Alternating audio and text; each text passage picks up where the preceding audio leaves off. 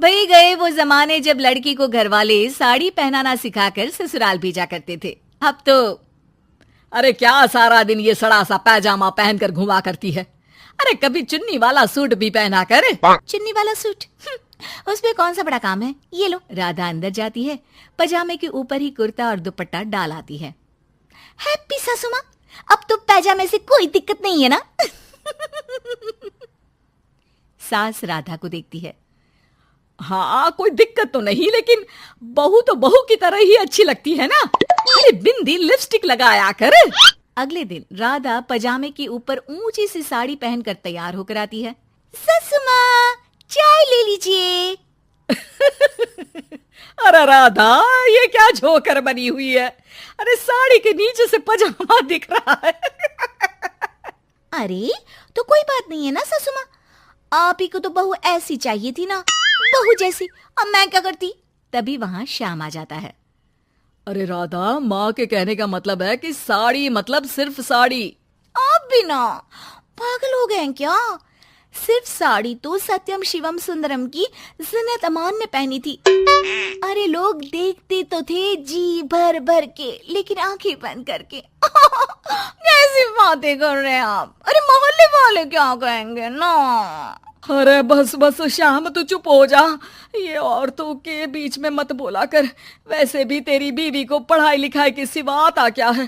कल को सिर्फ साड़ी पहनकर निकल आई ना बाबा ना हंगामा हो जाएगा। अरे बहू वो कहना ये चाह रहा था कि नीचे ये तू जो पजामा सजा लेती है ना वो नहीं पहनना है ना।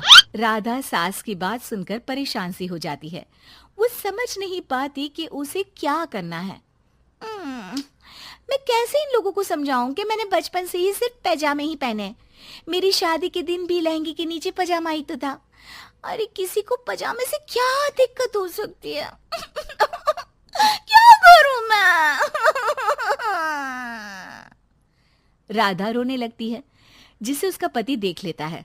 अरे अरे मेरी प्यारी राधा रो क्यों रही हो।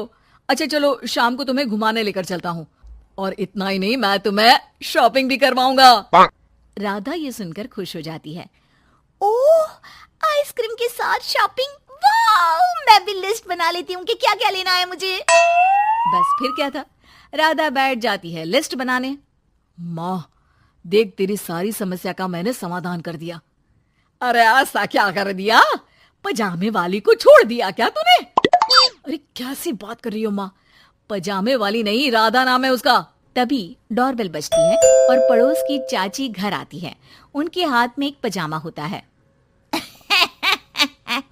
अरे मैंने सोचा कि ये कपड़ा सड़क पर गिरा था, किसी ने सुखाने डाला होगा। अब ना ये पेटीकोट जैसा था ना ही पतलून जैसा, तभी मैं समझ गई ये राधा बहू का पजामा होगा। तो पहनती है ना ये। अरे चाहे पार्टी वेयर हो या फिर घर का कपड़ा, तुम्हारे बेटे की शादी के एल्बम देख रही थी, बहू ने तो लहंगे के नीचे भी पजामा पहना था। ठीक है चाची दे दिया ना पजामा, अब पजामा पुराण मत सुनाओ, चली जाओ। चाचा जी के खांसने की आवाज आ रही है, जाकर पानी दे आओ उन्हें। अरे हाँ हाँ जोरू का गुलाम जा रही हूँ मैं।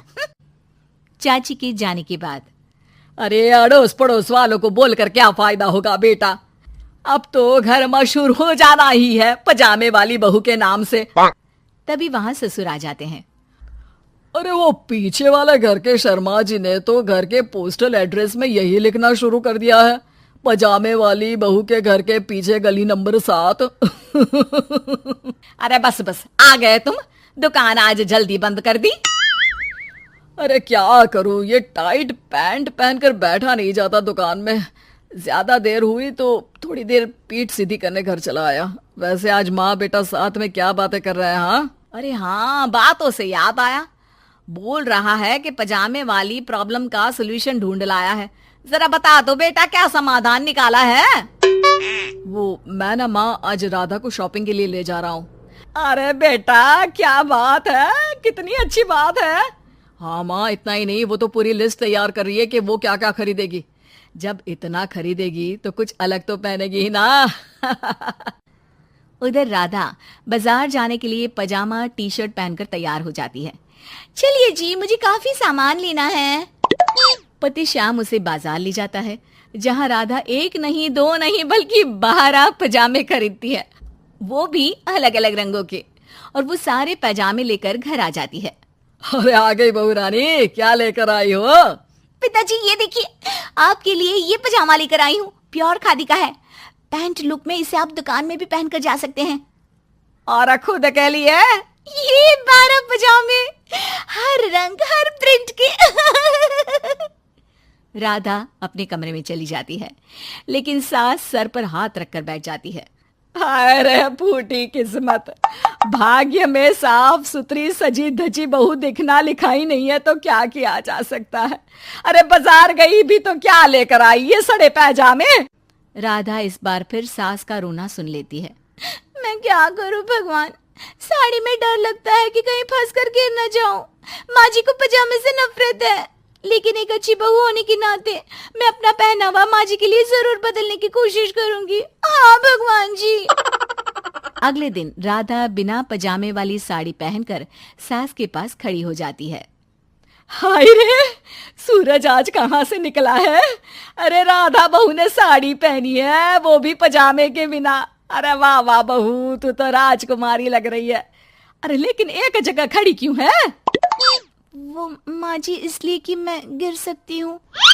अरे हाँ जी, हमने तो 4 तल्ले के मकान को एक कर रखा था, ऊपर नीचे सारा घर संभाला था, वो भी साड़ी में। अरे कैसे गिरेगी तू, मैं भी तो देखती हूँ। जा छत से कपड़े लेकर आ।